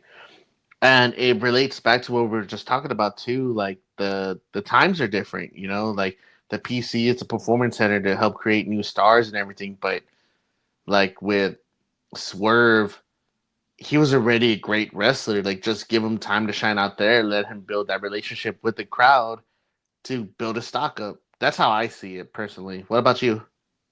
No, yeah, he makes sense here. Like with the whole, he gives an example, at the end of how, oh, why are you gonna send someone in the G League? Why are you gonna keep them in the G League or whatever, training on how to like shoot a free throw if he's making 30 points in a regular game, And I get it, but also, I mean, he signed a contract with NXT. He's doing NXT. It's kind of like, oh, you're with NXT. That's kind of what we have you do. If he's performing at a higher level, he should like let them know, like, hey, I'm ready for this, I'm ready for that. And if they don't, I don't know. Like it's tricky because he signed that contract with NXT, and if they feel, he's not ready, it's like someone like a kid in school, and they're like acing their exams, they're bored with school, and the teachers are like, hey, you still gotta do this or do that. Like it's kind of it's kind of the way the system is set up. If you break the way the system is, it kind of messes with everyone else, and they might think we're treating you better than everyone else. I don't know. It's kind of hard to do it because, yeah, you don't want to be treated unfairly, but you also don't want to be treated better to where everyone else is thinking, well, why is he getting special treatment? And it's like, well, I mean, he's a pretty good fucking, performer. So he kind of deserves it, but that would kind of demotivate all the people at the performance center, but he is technically with NXT, so he should just, I don't know, I don't want to say he should just be doing what NXT tells him to do, but it's never, to me, it's never bad to like work out and know the basics. I get if he feels like he's understimulated, but also it never hurts to like, get that practice in and let them know in the right way, in an organic way, hey, I don't feel like I'm being utilized properly. I agree. Yeah, there's a way to do it. There's a way to do it instead of being like, man, I just entertained 6,000 people, and you want me over here teaching me how to do 400 people? Nah, fuck that, or nah, forget that. Like it's just like, you kind of gotta say it a better way instead of feeling like bigger than. I'm not saying he's not worth it, right? But I think he's taking it the wrong way of like, oh, well, let's go work on this. And it's like, that's just the way the system is here in NXT, Yeah. I don't know. It sounds like he's been treated unfairly like his whole life, so he just feels like that in any sort of capacity. And I Like get that's it. just a natural response. Yeah, I get it. I'm sure I'd feel the same way too, in all situations if, like I hate my mom and then I'm not going to trust women. Like I'm not going to trust if a woman starts treating me nice, I'm going to be like, "Why is she doing this?" Like, get away from me, you fucking bitch. Yeah, don't touch me. I'll fucking punch you. I'm gonna punch you in the face. I'm going to punch you in the face. I will. I'm CM Punk. I will punch a woman in the face. It's a Cajun phone back. But yeah, that was that. Next here on the news, and I know Booker T has some comments about that spot with John Moxley, but they were like really long. But it's basically the same thing as Rob Van Dam also has comments about the spot with John Moxley and the Board of Nails. I can't remember what he named it. Spiky? Sporky? Spike. There we go. Sporky. Spooky. Spunk. But I will read here what Rob Van Dam has to say about the spot. Rob Van Dam says the more AEW does stuff like the Spike spot in Mox versus Cope, the more he'd rather be associated with WWE than AEW. That's not wrestling to me. Obviously, it's sacrificing a lot for the business. I mean, that could be said about it. But the more AEW has been doing stuff like that, the more personally I feel I would rather be associated with WWE than AEW. A couple of years ago, it was like, man, they're growing. They're trying things to get up there. And then there's a feel that the inmates are running the prison.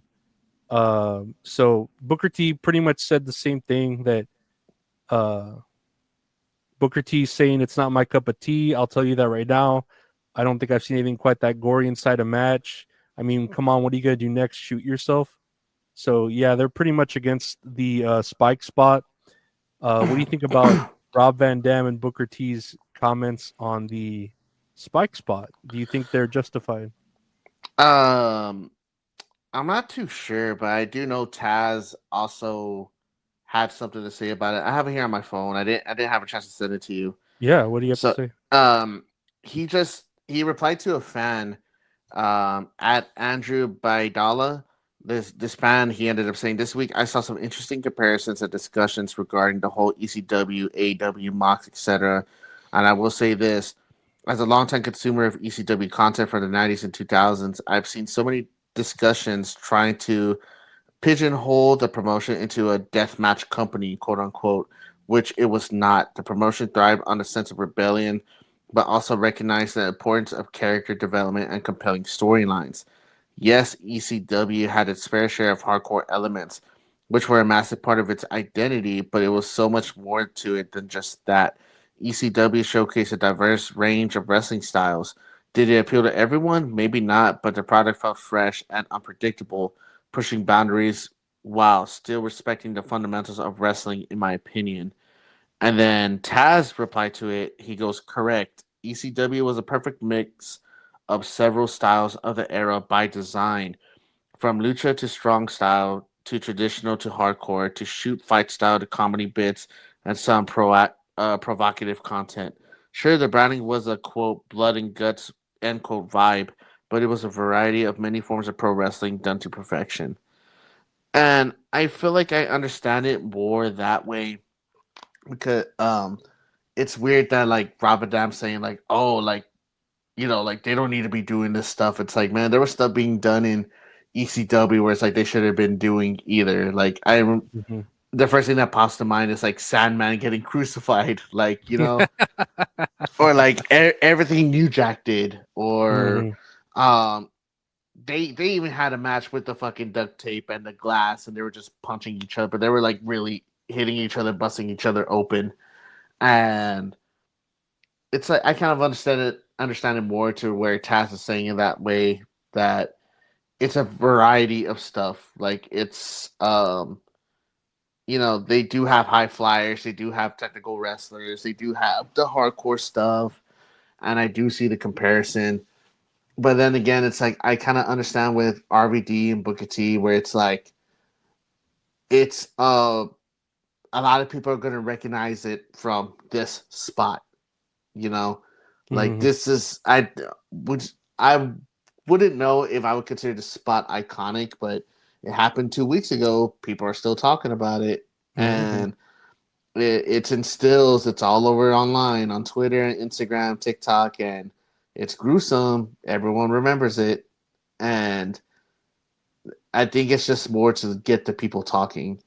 But RVD, maybe it's like more grown up where it's like, hey, man, like I've been there, done that. Like, you don't have to be doing this stuff. It's okay. And especially with someone who's already well known in the company, such as Moxley, where, he shouldn't have to be doing stuff like that in the first place. No, you're right.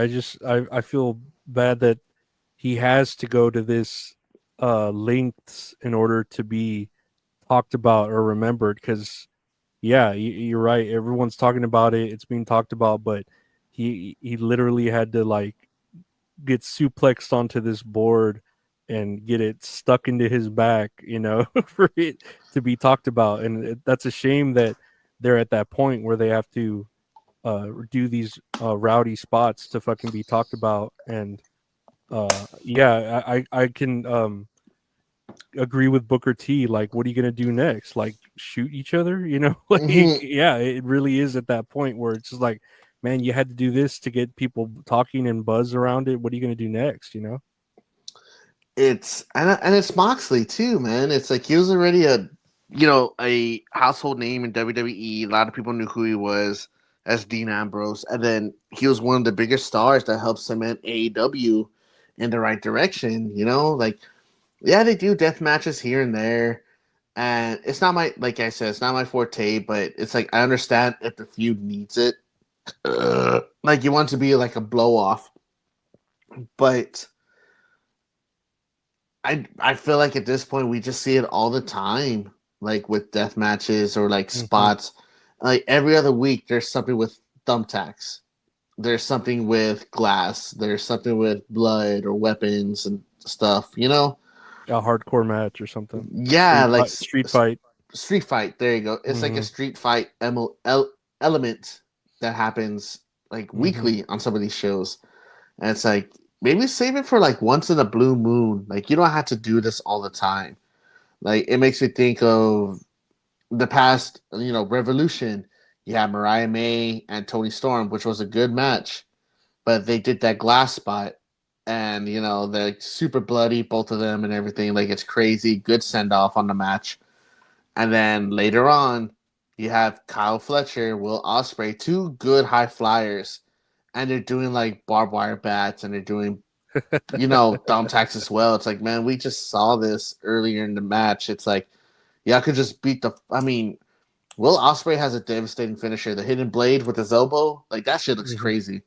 It's like, like with the stuff we are able to do, especially like inside of a cage, like y'all could go and put on a good match and tell a badass, compelling story, like a brutal match where you don't need weapons like that all the time. That's my thing with it. And then literally like a few days later, they do this spot. I mean, that's just AEW, the shit that they fucking do. They want to push the envelope or be all rowdy. I mean, it's up to Tony Khan, and whoever he's listening to, they're making these suggestions, and he's like, yeah, that sounds great, go with it. It has to be him to be able to put his foot down and be like, hey, okay, we don't need to be doing stuff like this. Like, you can still have a street fight, but don't do something like that. No, but he's just not fucking I don't know, putting his foot down or whatever to say something. Next year on the news, and this has maybe, I guess, something to do with this spot. Kevin Owens says the previous WWE regime thought fans never remembered anything. I had arguments with the people in charge before. No, this happened 3 weeks ago. They're going to remember. They said no, they won't. Yes, they will. You're insulting their intelligence by pretending they won't. What do you think about this? Man, dude, this is taking me back to like 2017, 2019. Like 14 on up to like 2020, that they did this shit all the fucking time. And it's like, specifically like Kevin Owens, and it's not his fault, but when he was the champion, the Universal Champion, he was fighting Roman Reigns every fucking week. Every fucking week in the main event, and every fucking week, what would happen is that Roman Reigns would win. Roman Reigns always won. And then when it came to the pay-per-view, Kevin Owens won. And it kind of sucks that, they put on a good match, but it's like, what else can they do as far as like a match that we've seen 5 weeks in a row or 7 weeks in a row? Like, they just had it doing it every fucking time. It just did not make sense whatsoever. And it's like, oh, like you hear it, it's like, oh, people will forget. I was like, yeah, dude, people, but like, not in this age, like, because like in the age of the internet, like you can just look up certain shit up and you can see like, oh, it's happening every week. Yeah, you could look that up. Me like literally look up Wikipedia or hey, did this match happen last week? Yeah, it did. Or I could look at the video on demand and watch it and be like, this is the same thing that happened. Like literally play by play, Mm-hmm. That's how it is with AEW. Like they keep putting on the same matches like every other week. It'll be like Dynamite, fucking what did I say? Fucking like Queen Amanita versus Julia Hart, part 1 and then part 2 and then part 3, and it's just like, what the fuck? Like I've already seen this match 3 times, in the last, and it's not even like a build up over so many matches. It's like 1 week and then the next week and then the next week. Mm-hmm. And it's like, fans aren't dumb, dude. It's like we'll see it. It's easy we have the power of the internet in our hands, and it's, we can look this shit up real easy, and just to like then be like, oh, like they'll forget. Like, dude, no, man. It's like, literally, I've watched wrestling my whole life, and it's like, even I can recall that they did this shit all the fucking time. It's like, man, fans are dumb, and then that's the way Vince was. Like, oh, fans are gonna forget this no matter what. Like, that's just how fans are. I remember Trump saying something, or them saying something about Trump, where Trump was like, "Oh, we'll take care of it." His quote was, he would always say, "Oh, we'll talk about it in 2 weeks or 2 weeks," and apparently, like, people were like, "Oh, Trump would say that because he believed people forget things after 2 weeks." Like, really, man. Yeah, Trump was saying that, like, "Oh, we'll take care of it in 2 weeks. In 2 weeks, you won't remember this or da da." And I was like, I remember. I mean, not everything, but I could remember at least a sliver of something. Like, hey, wasn't this last week or the week before? And then look it up and be like, I have a computer in my fucking pocket, and be like, oh shit, it was a match 2 weeks ago. Man, dude, it's crazy to think that people believe we're that naive. I mean, some fans are pretty fucking stupid. Like, don't get me wrong, but like, we understand. Like, I mean, that's not a big gap to like really forget anything. Like 2 weeks, that's really odd. Politicians, I tell you, man, Vince McMahon. Lastly, here on the news, after speaking with sources, we can confirm WWE is set to bring back the highly anticipated Evolution PLE this summer. The return of the all-women's event is expected to be officially announced before WrestleMania. Was this a thing back when? They've only done this once. That it was in response to, I remember it was a response to WWE signing that deal with Saudi Arabia, and they never had any women's matches over there in Saudi Arabia because, like the culture, totally different from here in the US. Oh yeah. Like they never had. So at the time, I remember year by year, like the first year they had it over there, nothing but men. The second year they had one women's match where they had to, and I remember it was Natalya versus Lacey Evans, that they had to wear the full body gowns but with the baggy shirt over it. And it was like a long baggy shirt, like up to the knees. Like it was really, really odd. They wrestled that, and then as the years went on, they progressed to where now it's still like the skin tight bodysuit, but it's more like working to their favor. I mean, it's like that sucks having to wear those bodysuits, not unless they do like it. Yeah, but it depends. But it's more, I feel like it's more open for them to like be able to like wrestle in it compared to like baggier clothes and stuff. But that first year, when it was nothing but the men, fans talked about it online and everything, and it reached to create this event called Evolution, where it was nothing but the women's wrestlers performing that night. And I think they had like Ronda Rousey versus Nikki Bella. They had was that the first or second year? Kairi Sane versus Toni Storm, or no, Kairi Sane versus Shayna Baszler in the Mae Young Classic, like the finals. They had Becky Lynch versus Charlotte in a Last Woman Standing match. That was one of the best matches of the year. That was a good fucking match. And I forgot they had like a 6-man or 6-woman tag match.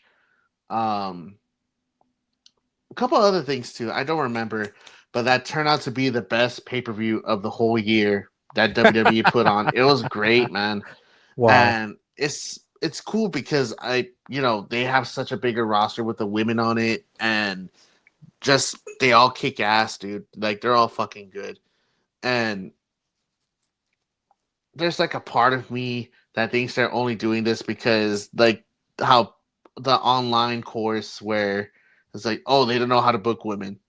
That's why I feel like this is being made. But I mean, I'm happy it's being made. It's like I want to see another Evolution pay-per-view. Yeah, I'm down for more PLEs. I mean, as long as we're not paying $50 for them, like we're just getting them, like hell yeah, I'm down for it. Yeah, man, it's gonna be good. Like eventually, like any of the matches they'll put on, they're gonna be good matches. Hell yeah, no, I'm down. I'm down for more PLEs. But Hell yeah. That's the news. Yes, sir. Let's see, we got some weird videos, botches. Let me see here. Wait. Hey, that was funny. Hey yo, that was funny. Hey, that was funny. Hey toe, hey T. Here is Nikkita Lyons doing a diss track. Oh no! If you heard this one, let's play this. It's Nikkita Lyons, baby. Yeah. I put the pop in, pop star. Past few years, I flopped hard. I'm a whole different cat now. Big roar since we last fought, been through the ringer. Oh, Lord. Lash, you've been doing legendary lately. I see when I was up while you hated me. I was in your way. Lashes on your face. No Cena couldn't see me. Had to premeditate. I was coming back now. I'ma eat you up and spit you out. I was coming back now. You're still out with that big mouth. Wow. Won't lie, you bad, but let's run the back. Remember how I sat on you in my ride.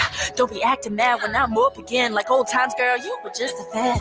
I talk to the trees about you. I'm an itchy goddess, won't be modest, I'm the lioness. Told your man not to play about you, but he know what's good, who really runs this, boo. Said I was going back now. Been touching grass, now I'm ready to pounce. Booty ready to bounce. Big cat on you with a ground and pound. Yeah, let's run it. I don't know. I think she's hot. I just don't know what to think about this. I'll speak for the both of us. That fucking sucked. Yeah. That was bad, man. She has two bad knees. Does she? Yeah, both of her knees are fucked up, right? And she's like 20 something. Oh yeah, she's like got the stone cold 2 fucked up knees, 2 braces. Dude, I was like, I don't know. I think Nikkita Lyons is kind of like over and done with. I think she's hot though. I root for she's her. hot. Yeah, 100%. But it's like I like that. It's just that it's cringe. Yeah, no, it's cringe. I agree with you on that. Let's see here. What do we have here next? Shit! Oh, no,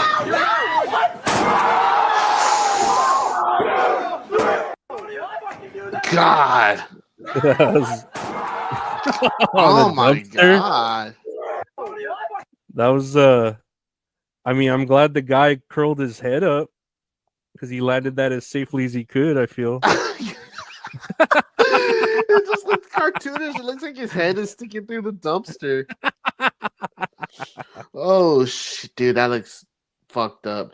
What was it? Since it's a topic of discussion right now, what's the craziest gnarliest spot you've ever seen in a wrestling match? I'll start. And it's the Darby Allin one where he jumps through the glass. And then someone just I don't even is it even a wrestling match? It looks like just 2 dudes in high school. I mean, they had someone counting. I guess so, but I just laugh because there's no like wrestling boots or knee pads or anything. Like they're just in regular street clothes. Here's let's see here. Inspired by Assassin's Creed Shadows, AEW has partnered with Ubisoft and Assassins UK for this incredible Will Ospreay jacket. That actually looks kind of sick. It's pretty cool. I like Assassin's Creed. Mm-hmm. Have you played Shadows? My Giselle's playing it right now. My wife. That's great. No, I've only played the first Assassin's Creed. That's it. No. Oh yeah, we talked about this last time. Yeah. Now she loves the series, man. I don't know. The right over here, she has like the pre-order statue. I don't know. You can barely tell, but it's like the one with the two people. And the black samurai and then the Asian one. Yeah, it's that one, and then this one right here is the one from Valhalla. Like he's like on the boat. Hell yeah. Yeah, no, it looks pretty sick. Let's see here. This was something else, another botch. Oh, this.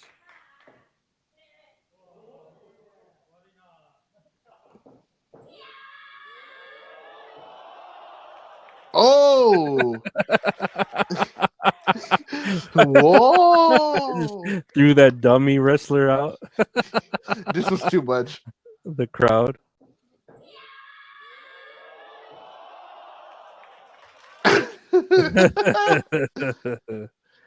Holy shit. Here. Holy shit. Holy shit. Here is. Oh, scissors. Oh no. これも地獄には置いてないですよ。ちょっと待ってください。これ行くんですか？あっとなんとリバース。ユークラッシュ。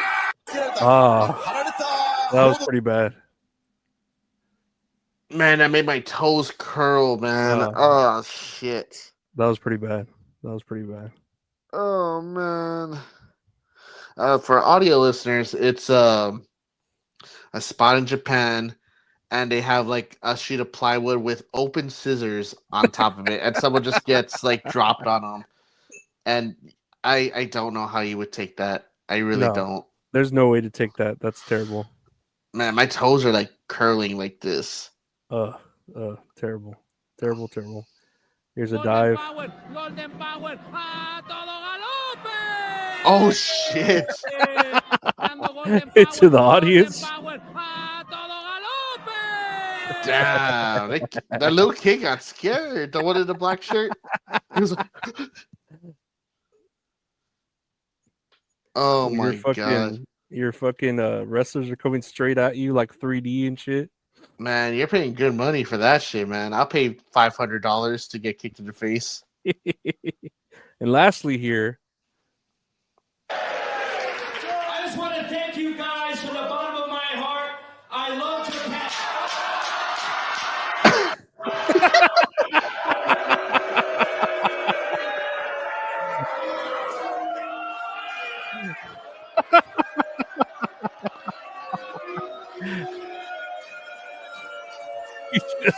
YouTube.